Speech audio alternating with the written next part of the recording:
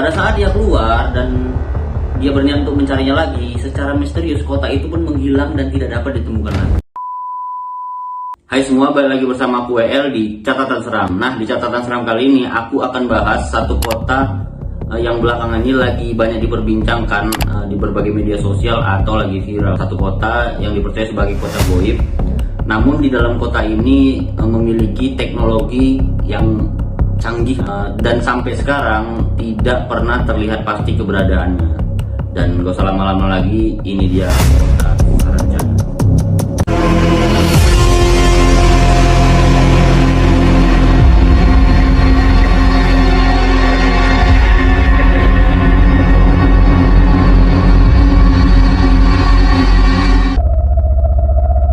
Halaman pertama.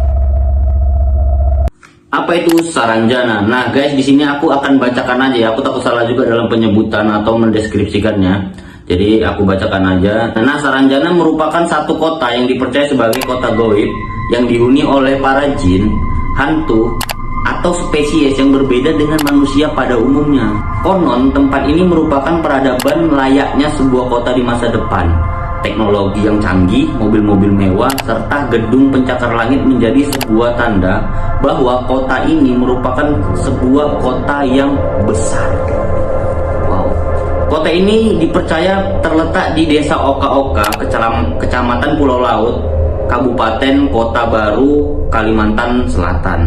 Nama Saranjana ini sendiri diambil dari legenda Kerajaan Pulau Halimun, di mana dahulu kala ada raja bernama Raja Pakurindang, memiliki dua orang anak yang sering bertengkar. Anaknya bernama Samburanjana dan Sambu Batung.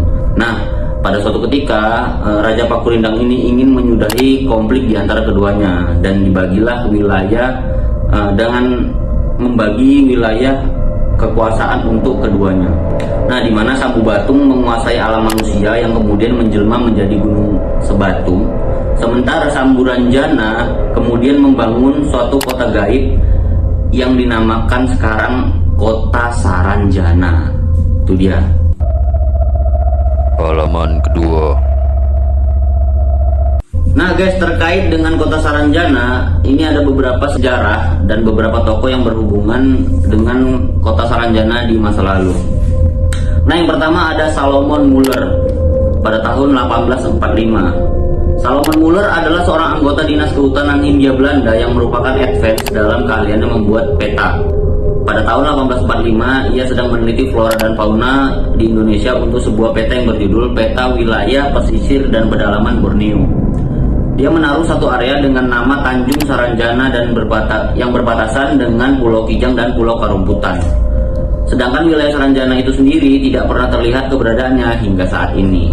Nah, yang kedua ada Peter Johannes Vedt tahun 1869. Selain peta bikinan Muller yang tadi, sumber lain yang memuat Saranjana adalah Kamus Statistik Geografis Hindia Belanda yang ditulis oleh Peter Johannes Vedt pada tahun 1869. Vedt menulis Saranjana adalah bagian selatan Pulau Laut, yakni pulau yang terletak di Tenggara Borneo.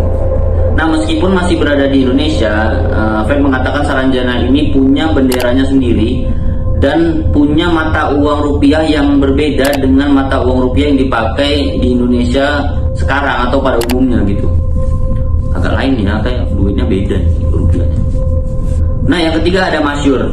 Masyur adalah sejarawan Universitas Lambung Makurat. Masyur dalam jurnalnya berjudul Saranjana in Historical Record, The City's Invisibility in Pulau Laut, South Kalimantan. Dia mengatakan catatan-catatan era Hindia Belanda ini dapat menjadi indikasi bahwa Saranjana eksis pada zaman dulu. Masyur juga menawarkan hipotesis bahwa Saranjana sebagai kota impian atau kota masa depan. Dasar hipotesisnya bermula dari sejarah Pulau Laut yang pernah dikuasai bangsawan Kesultanan Banjar yang bernama Pangeran Purabaya. Pangeran Purabaya merupakan bangsawan awal yang membangun Pulau Laut. Hanya saja belum tuntas pembangunannya, dia memberontak namun berhasil ditumpas guys. Nah, setelah Purabaya tewas pada tahun 1717, tak banyak catatan sejarah mengenai wilayah ini. Catatan yang ditemukan mengatakan bahwa Pulau Laut ini sempat dipinjamkan ke VOC untuk mengumpulkan komoditas sarang walet. Akhirnya Saranjana menjadi memori kolektif, di mana wilayah itu dulunya pernah diharapkan Purabaya sebagai daerah yang maju. Lambat laun ini menjadi mitos kota impian atau kota masa depan, lengkap dengan segala teknologi canggih dan kemewahan yang melingkupinya. Halaman ketiga.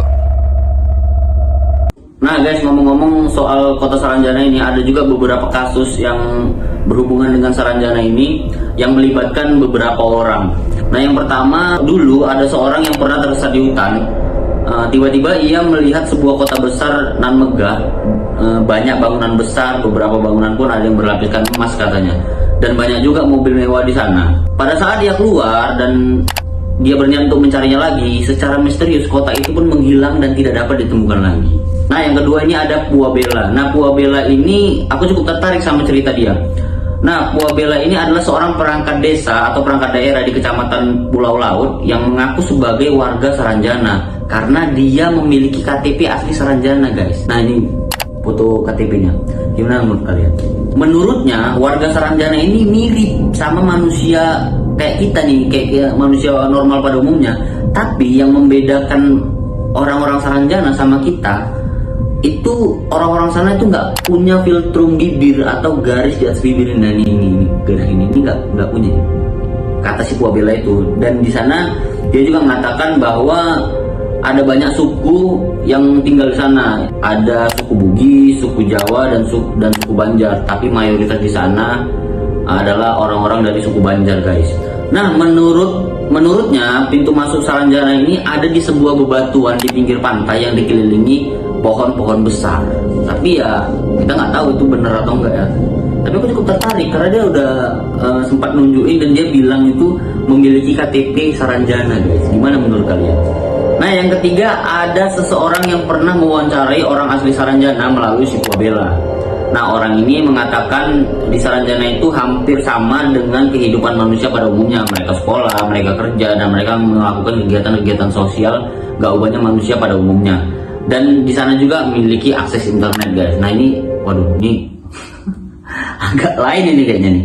Soalnya daerah gaib ada internet itu cukup mantep nih. Tapi aku heran nih provider apa yang masuk di kota gaib ini. Tapi saat ditanya apakah mereka manusia atau bukan, mereka nggak bisa jawab nih. Karena kata mereka tuh ada sesuatu yang berhubungan dengan kerajaan zaman dulu yang nggak bisa dijelaskan. Nah kasus yang keempat yang terakhir nih. Jadi ada beberapa artis juga yang pernah cerita, yang punya pengalaman mistis saat mengadakan konser di Kota Batu. Kata mereka ada yang merasa penonton itu rame, tiba-tiba mendadak sunyi. Dan ada juga yang melihat beberapa penonton itu hanya diem, nggak ada ekspresi sepanjang konser itu berlangsung. Jadi kata penyanyinya ini, di depan tuh orang-orang biasa, tapi di bagian belakang itu orangnya tuh kaku, tanpa ekspresi.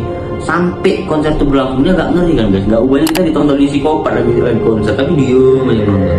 Kan agak-agak gimana gitu, serem juga nih. Oke guys, jadi gimana menurut kalian terkait tentang kota Saranjana ini? Apakah kota Saranjana ini menurut kalian ada atau enggak? Apakah kota Saranjana ini memang hanya sebuah mitos atau hanya sebatas cerita belaka? Gimana menurut kalian? Nah, dikabarkan pada tahun ini ada sebuah film yang akan dirilis tentang kota Saranjana. Apakah ini hanya sebuah marketing untuk narik penonton supaya rame, ataukah memang benar-benar ada? Nah, tapi kalau misalkan ini adalah sebuah marketing atau promosi, ini menurutku promosi dan marketing yang sangat-sangat bagus sih, karena kita belajar dari film atau dari film-film sebelumnya. Gak banyak kayak KKN di Desa Penari itu kan diangkat dari kasus-kasus atau berita-berita viral itu kan, dari sebuah penulis yang viral di Twitter dan diangkat di film, dan filmnya itu meledak dan penontonnya itu banyak dan laku keras. Nah apakah seperti itu? Gimana menurut kalian? Oke guys, jadi gitu aja catatan seram episode kali ini. Buat kalian yang punya pendapat silahkan tulis di kolom komentar. Kalau kalian suka jangan lupa share, juga like, jangan lupa juga subscribe. Dan buat kalian yang punya video-video menarik atau cerita-cerita menarik, boleh DM di Instagram kita di @foodpeplor. Dan jangan lupa tunggu video-video menarik berikutnya.